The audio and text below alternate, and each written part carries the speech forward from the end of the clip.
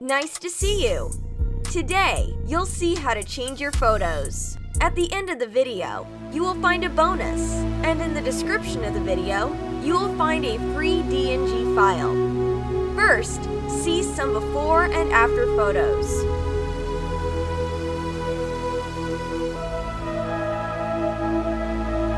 Let's move on to editing the photo.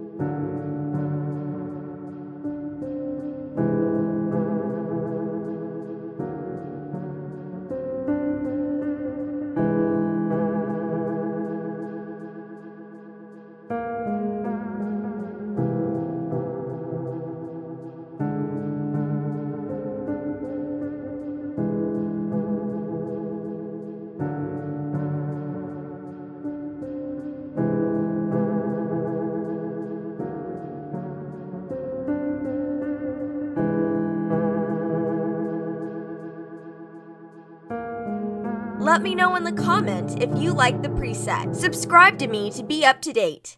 I am waiting for your requests which Lightroom presets to create next. I will create it especially for you.